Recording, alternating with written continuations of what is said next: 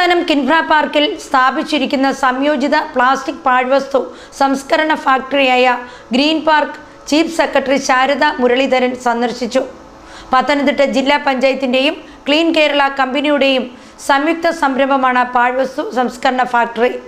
പത്തനംതിട്ട ജില്ലാ പഞ്ചായത്തിന്റെയും തദ്ദേശ സ്വയംഭരണ സ്ഥാപനങ്ങളുടെയും സഹകരണത്തോടെ ക്ലീൻ കേരള കമ്പനി കുന്നന്താനം കിൻഫ്ര പാർക്കിൽ പ്രവർത്തന സജ്ജമാക്കിയിരിക്കുന്ന സംയോജിത പ്ലാസ്റ്റിക് പാഴ്വസ്തു സംസ്കരണ ഫാക്ടറിയായ ഗ്രീൻ പാർക്ക് സന്ദർശിക്കുവാനാണ് ചീഫ് സെക്രട്ടറി ശാരദ മുരളീധരൻ എത്തിയത്. ഫാക്ടറിയിൽ എത്തിയ ചീഫ് സെക്രട്ടറിയെ ജില്ലാ പഞ്ചായത്തിനു വേണ്ടി standing committee chairperson CK Lathakumari bouquet നൽകി സ്വീകരിച്ചു. തുടർന്ന് ഫാക്ടറിക്കുള്ളിലേക്ക് പ്രവേശിച്ച ചീഫ് സെക്രട്ടറി ഇവിടുത്തെ ക്രമീകരണങ്ങളും യന്ത്രങ്ങളുടെ പ്രവർത്തനവും കണ്ട് മനസ്സിലാക്കി. ഹരിതകർമ്മസേന ശേഖരിക്കുന്ന പ്ലാസ്റ്റിക് പാഴ്വസ്തുക്കൾ ശാസ്ത്രീയമായി സംസ്കരിക്കുന്നത് ബോധ്യപ്പെടുത്തുന്ന മാതൃകാ പദ്ധതിയായി ഇത് മാറുമെന്ന് തുടർന്ന് മാധ്യമങ്ങളോട് സംസാരിച്ച ചീഫ് സെക്രട്ടറി ശാരദ മുരളീധരൻ പറഞ്ഞു.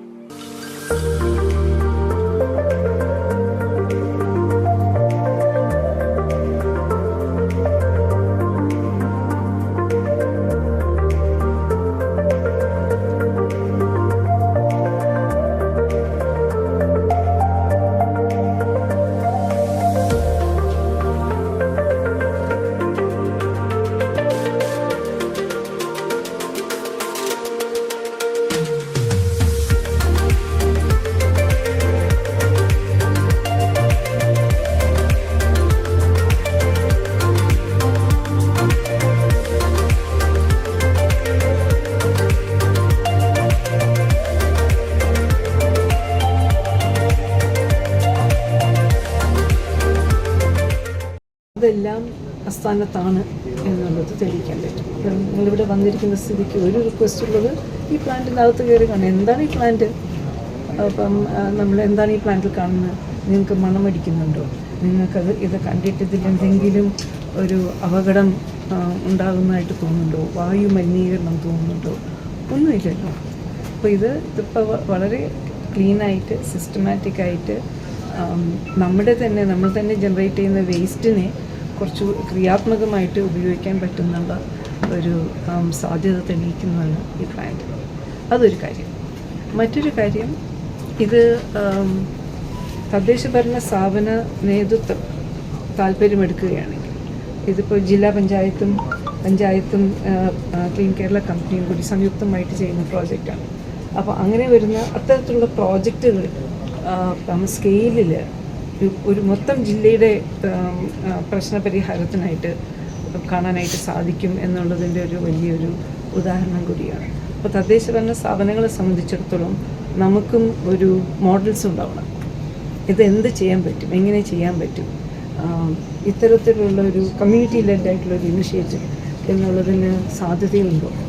അത് വെറും ഇപ്പം വേസ്റ്റ് കളക്ഷൻ എന്നുള്ളതിലുള്ള സാധ്യത നമുക്ക് ഹരിതകർമ്മസേന വഴി കാണാനായിട്ട് സാധിച്ചു. പക്ഷേ വേസ്റ്റ് പ്രോസസ്സിങ്ങിലും അതുപോലെ തന്നെ സാധ്യതകളുണ്ടോ എന്നുള്ളത് ഈ പ്ലാന്റ്